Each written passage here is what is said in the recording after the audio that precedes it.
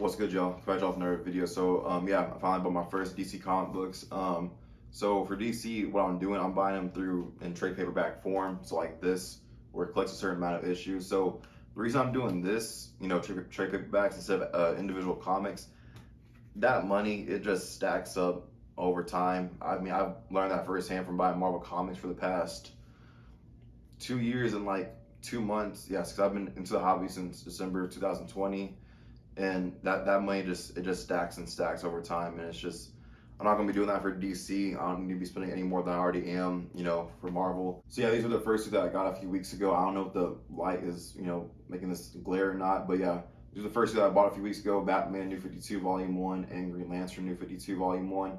I like them both, I really do, but easily my favorite read out of everything DC so far that I've read is Batman New 52, without a doubt.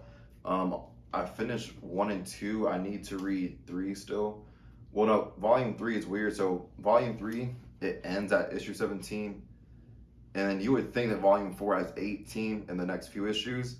It doesn't. That's in like Volume 6. So the continuation of Volume 3 is like a whole nother 3 books later in Volume 6. It's weird, but I guess it's how it is with trade paperback sometimes. But yeah, I've like always liked DC. I always had since I was a little kid watching Justice League Unlimited, Static Shock, reruns of what's it called, Batman, the animated series, Teen Titans. I remember watching that as it was airing as a kid. I feel like I'm forgetting one.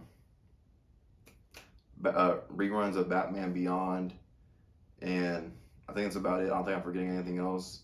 But I've always liked DC. I've always liked the movies and whatnot, of course, but I just never got into the comics. Same thing for Marvel. I didn't, I've always been a fan of it. Always watched it as a kid growing up, and like pretty much my whole life. But I didn't like get into the actual reading the comics part until like December 2020, and I'm finally getting into reading DC.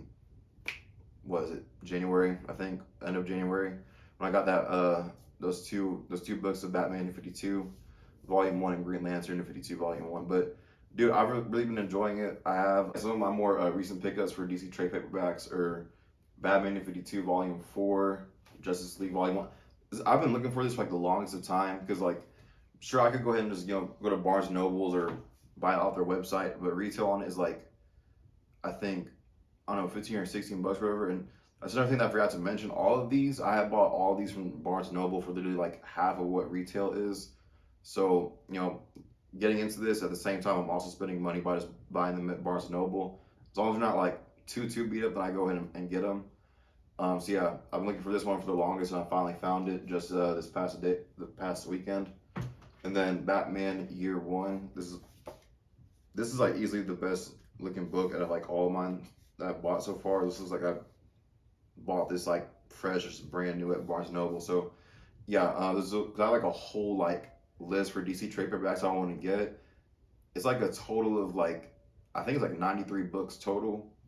So yeah, I got a long way to go until I get all that and read all of that. But yeah, so yeah, some of the more recent stuff I got is that stuff right there. But yeah, that's pretty much it for this video. I appreciate y'all for watching as always. I'll see y'all in the next one.